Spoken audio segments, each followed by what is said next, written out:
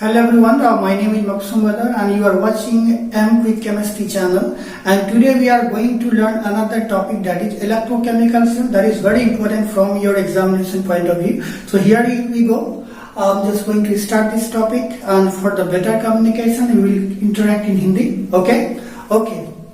देखिए आज हम लोग जो नेक्स्ट टॉपिक पढ़ने जा रहे हैं वो है electrochemical cell.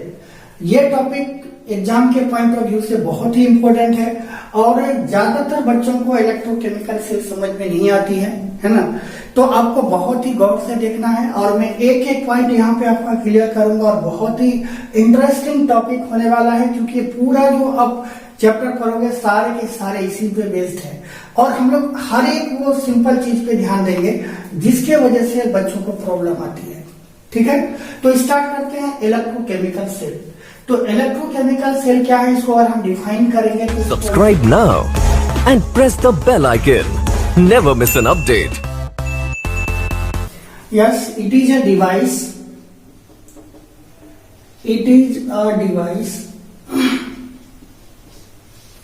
in which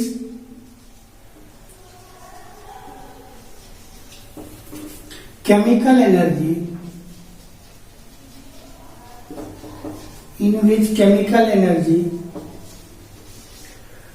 converts into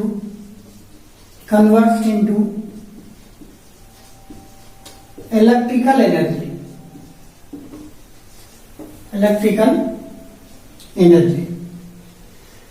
तो इलेक्ट्रोकेमिकल सेल हम लोग किसे कहेंगे, जिसमें केमिकल एनर्जी किस में कन्वर्ट होता है, इलेक्ट्रिकल एनर्जी में कन्वर्ट होता है। तो हम उसको क्या कहेंगे, शॉर्ट में आपको कैसे याद रखना है कि केमिकल एनर्जी किस में कन्वर्ट होगा, इलेक्ट्रिकल एनर्जी में कन्वर्ट जो होगा इसको हम लोग क्या बोलते हैं, इलेक्ट्रोकेमिकल सेल बोलते हैं। ठीक है, इलेक्ट्रोकेमिकल सेल के बारे में और जो कुछ खास पॉइंट है जो हम लोग यहाँ पे लिख रहे हैं, इट इज बेस्ड ऑन, उस दिन हम लोग बात किए थे इस पे, it is based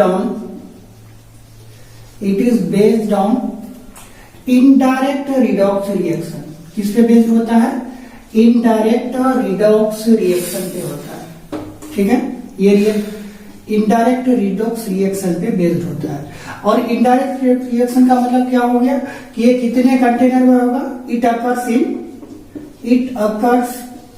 in two vessel, है ना, टू वेसल्स में होता है। और ये खास बात है, इसमें जो गिव्स एनर्जी होगा वो लेस देन क्या होना चाहिए, 0, यानी नेगेटिव। यानी कौन सा ये होता है, रिएक्शन होगा ये स्पॉन्टेनियस रिएक्शन होता है, स्पॉन्टेनियस रिएक्शन होता है इसमें। ठीक है, क्योंकि ये रिएक्शन अपने आप होता है, बाहर से हम लोग को सप्लाई नहीं देना पड़ता है। क्योंकि अभी हम लोग डायग्राम इसका समझेंगे आपको क्लियर होगा। और हाँ, इसको जो है इस सेल को हम लोग क्या बोलते हैं, it is also known as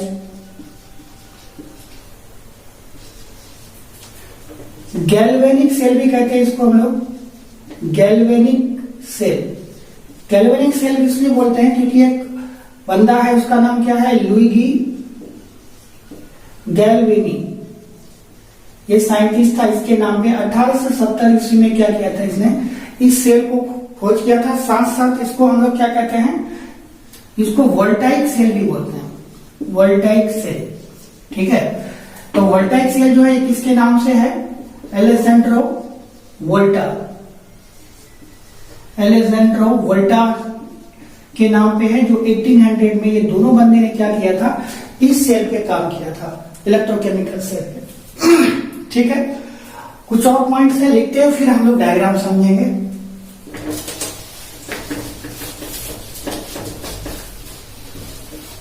एक दो पॉइंट और लिख रहा हूं।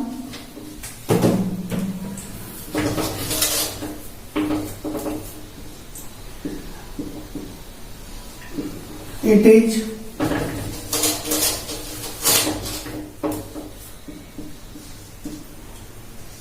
extensively used for the potential of solution,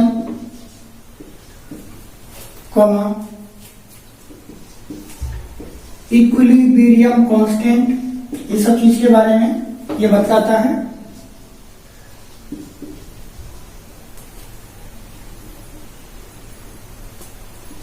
ठीक है, और इसके बारे में अदर थर्मोडायनेमिक्स प्रॉपर्टीज के बारे में भी बताता है। थर्मोडायनेमिक,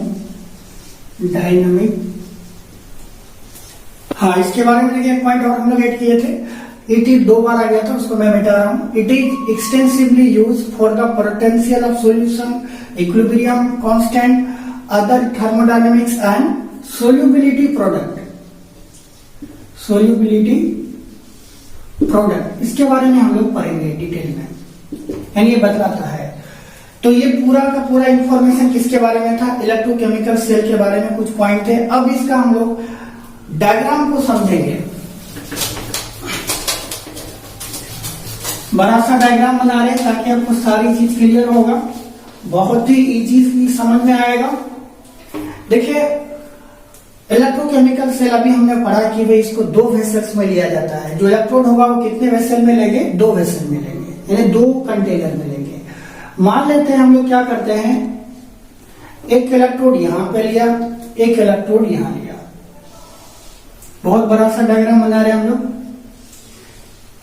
ठीक है। थोड़ा बड़ा छोटा हो गया तो फिर ये वाला नाराज हो जाएगा, ठीक है। अभी धर आप देखो, 2 इलेक्ट्रोड लेना है हमें, इसको क्या करना है, एक मेटल वायर से क्या करना है, मेटल वायर से कनेक्ट करना है, मेटल वायर। और एक जो खास बात है ध्यान देने वाली, इसको मिटा रहा हूं थोड़ा, और यहां पे हम लोग को क्या लेना है, यहां पे आपको क्या ऐड करना है, आप या तो यहां पे वोल्टमीटर ले सकते हो या क्या ले सकते हो, एमीटर ले सकते हो, यानी वोल्टमीटर या एमीटर, इनमें से कोई एक आप ले सकते हैं, ठीक है। और एक चीज ध्यान देने वाली बात है, ये जो हम लोग मेटल प्लेट लिए हैं, मान लेते हैं हमने क्या लिया, जेडन लिया, जेडन है, और इसमें क्या ले लिया हमने, कॉपर, 2 मेटल लिया। एक बात ध्यान देने वाली बात है कि जो हाईली रिएक्टिव मेटल होगा, जब हम इलेक्ट्रोकेमिकल सेल बनाएंगे तो क्या होगा कि जो हाईली रिएक्टिव मेटल होता है वो एनोड होता है, ऑक्सीडेशन होगा वहां पे, और जो लेस रिएक्टिव मेटल होगा वो क्या होता है, कैथोड होता है, जो हम लोग किधर लेते हैं, राइट साइड में लेते हैं। ये हमारा और क्या होगा, यहाँ पे एक्सटर्नल सर्किट है, ठीक है। अब क्या करोगे आप, 2 कंटेनर लेंगे हम लोग। यहाँ पे हमने क्या किया, 2 कंटेनर लिया है, और वो भी बहुत बड़ा बड़ा,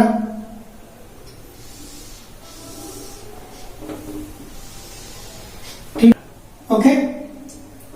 हमने क्या लिया, एनोड जेडन, क्योंकि जेडन क्या होता है, जेडन जो है हाईली रिएक्टिव होता है देन कॉपर से, तो जो ज्यादा रिएक्टिव होगा, जब भी आपको इलेक्ट्रोड सेट करना हो, ये बात ध्यान रहे, ये नहीं दिमाग में बसा लेना है कि भाई कॉपर ही हमेशा क्या होगा, कैथोड होगा, ऐसी बात नहीं है। एग्जाम्पल के तौर पे अगर आप क्या ले लो, Cu और Ag ले लो, क्योंकि इस कॉपर जो है Ag के रिस्पेक्ट में ज्यादा रिएक्टिव है, तो आपको कैथोड यहाँ पे क्या लेना पड़ता, Cu लेना पड़ता। तो याद रखिए कि जो ज्यादा रिएक्टिव, हाईली रिएक्टिव होगा, मतलब जो ज्यादा रिएक्टिव होगा वो एनोड, और जो कम रिएक्टिव होगा उसको, उस मेटल प्लेट को आप किस तरह यूज करोगे, एज अ कैथोड यूज करोगे। आई होप आपको समझ में आया होगा, इतनी बातें 1-1 करके समझ रहे हैं।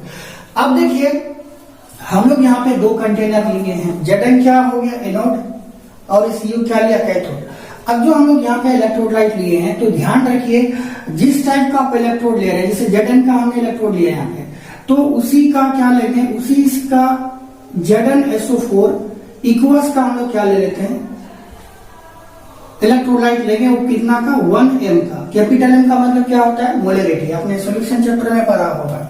सिमिलरली यहाँ पे कॉपर लिए हैं, तो यहाँ पे आप क्या ले लोगे, CuSO4 ले लोगे इक्वस, ये इलेक्ट्रोलाइट है, ये भी कितना लेना है, 1 मोलरिटी का लेना है, ठीक है। ये हमारा हो गया एक्सटर्नल सर्किट। अब देखिए आपको पता है कि एनोड पे हमेशा क्या होता है, एट एनोड में हमेशा आपने पढ़ा होगा ऑक्सीडेशन होता है, और ऑक्सीडेशन का मतलब क्या होगा, लॉस ऑफ इलेक्ट्रॉन। इस पे भी बात की हमने, तो क्या बन जाएगा, ये Zn से जो सॉलिड के फॉर्म में अब है, ये क्या बन जाएगा, Zn2 प्लस इक्वस फॉर्म में प्लस 2 इलेक्ट्रॉन। यहाँ पे क्या हो रहा है, लॉस ऑफ इलेक्ट्रॉन हो रहा है। क्या हो रहा है, लॉस ऑफ इलेक्ट्रॉन। इसलिए हम इसको क्या बोलते हैं, ऑक्सीडेशन। इसको हम लोग क्या बोलते हैं, इधर वाले को ऑक्सीडेशन हाफ शेल भी बोला जाता है, इसको ऑक्सीडेशन हाफ शेल। ठीक है, इसको हम लोग जो है और भी नाम से जानते हैं, नेगेटिव हाफ शेल भी कह सकते हैं। क्यों कहेंगे, यदि आपको समझ में आया होगा, नेगेटिव हाफ शेल कहा जाता है इसको। ठीक है, और इसको लेफ्ट हाफ शेल भी कहा जा सकता है, क्योंकि ये क्या है, लेफ्ट साइड की तरफ है, लेफ्ट हाफ शेल ये भी कह सकते हैं। याद देखिए हमने लिखा है।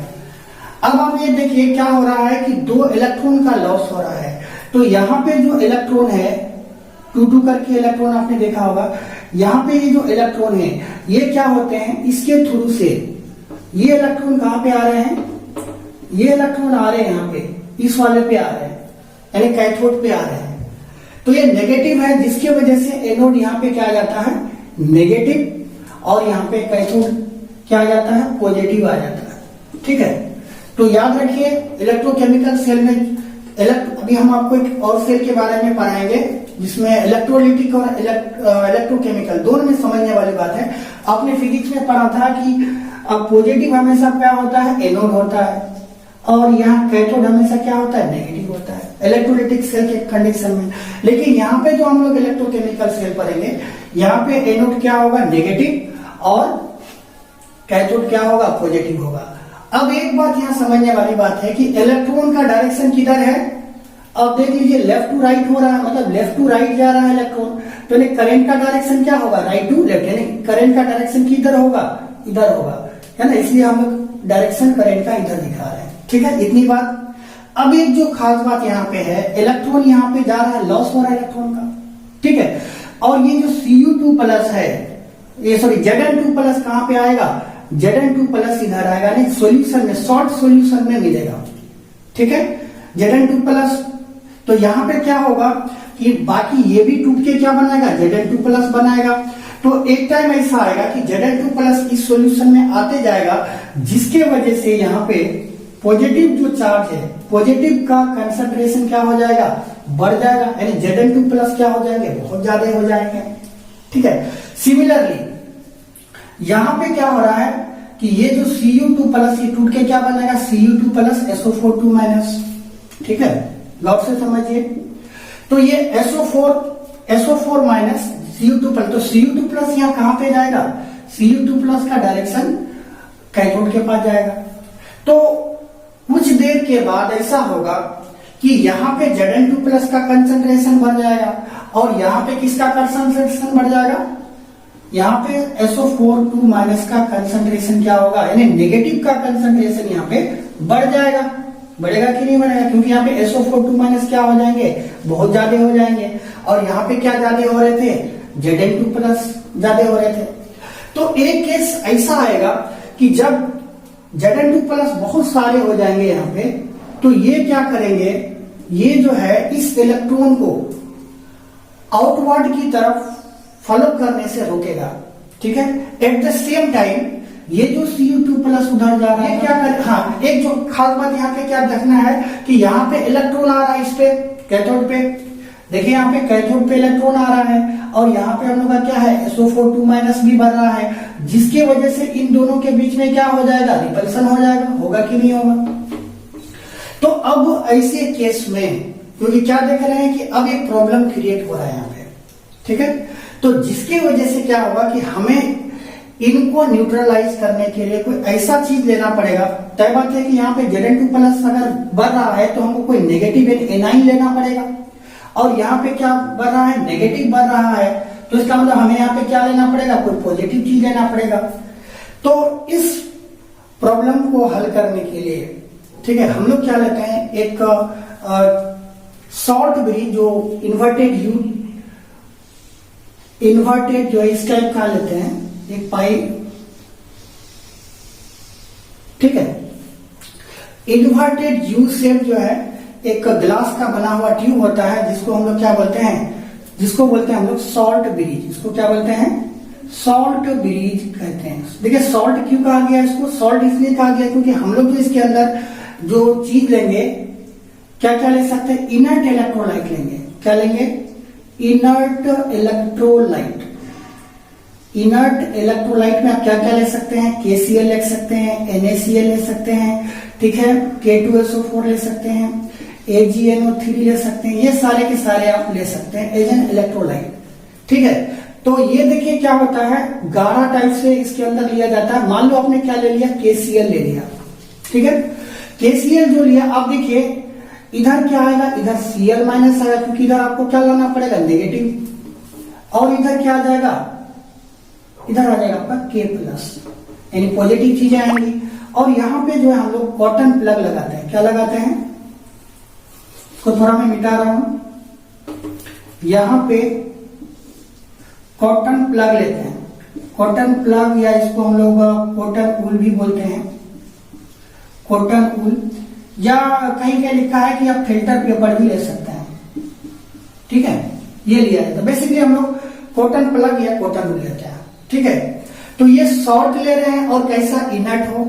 और ये जो सॉल्ट इसलिए इसको लिया जाता है क्योंकि आप देखेंगे कि मान लो KCl लेते हैं तो K प्लस Cl माइनस, इसमें केटाइंस और एनाइंस के जो साइज होते हैं, इसके साइज में बहुत कम का डिफरेंस होता है, जो इजीली क्या करेगा, जितने टाइम पे इधर मोबिलिटी होगी उसकी दोनों की मोबिलिटी क्या होगी, सेम होगी, यानी conductivity of the cations will be equal to the conductivity of anions, ठीक है।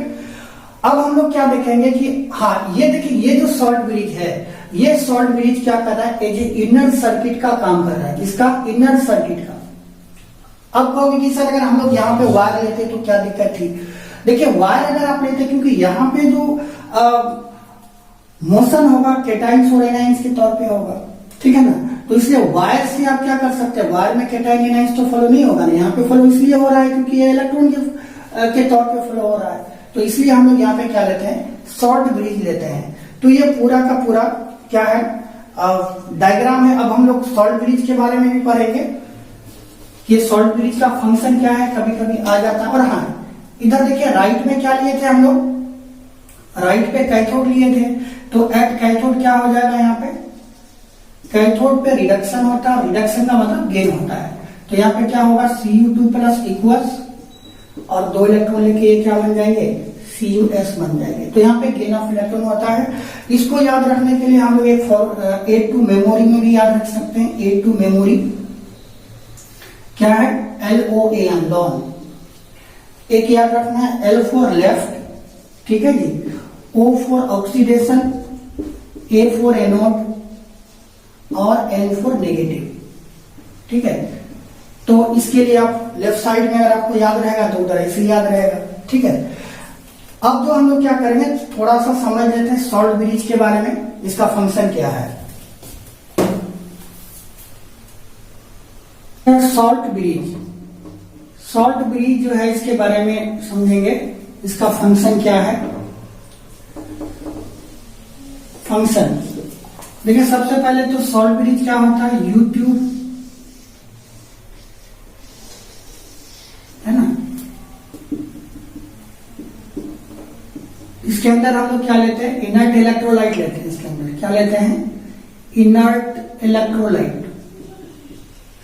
इनर्ट इलेक्ट्रोलाइट का यह मतलब नहीं है कि वो रिएक्ट नहीं करेगा, इसका मतलब है कि कुछ पार्टिकुलर कंडीशन के लिए फिलहाल रिएक्ट नहीं करेगा। यहाँ पे हम लोग क्या लिए थे, कॉटन प्लग, ठीक है जी। अब यहां देखो ये क्या था, it is inverted, it is inverted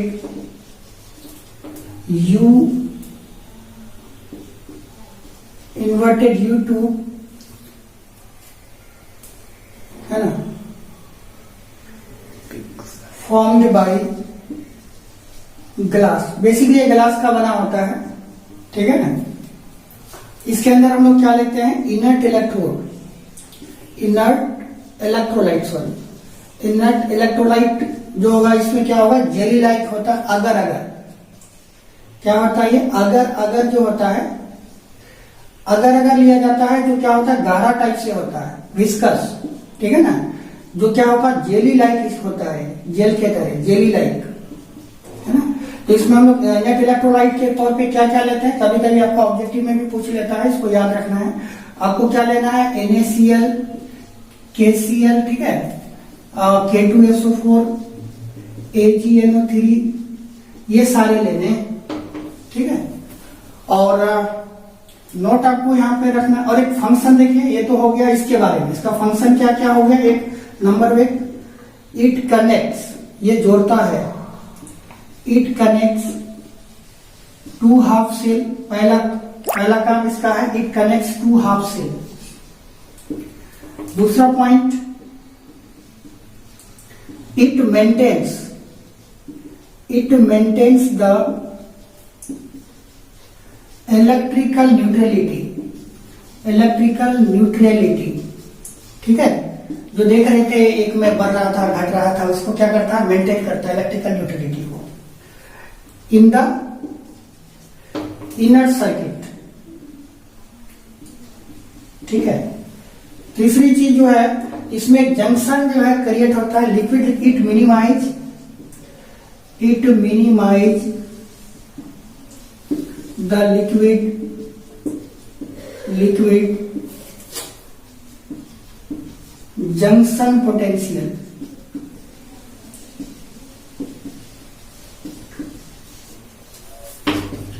which is very harmful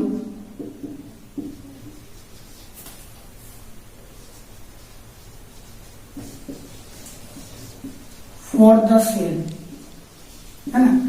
एक तो ये काम हो गया। इसके अलावा चौथा point, the conductivity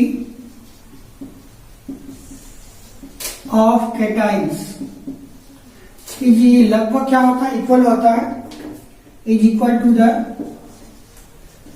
conductivity of anions, ठीक है।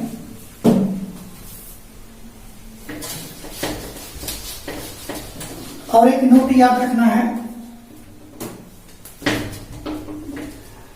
नोट में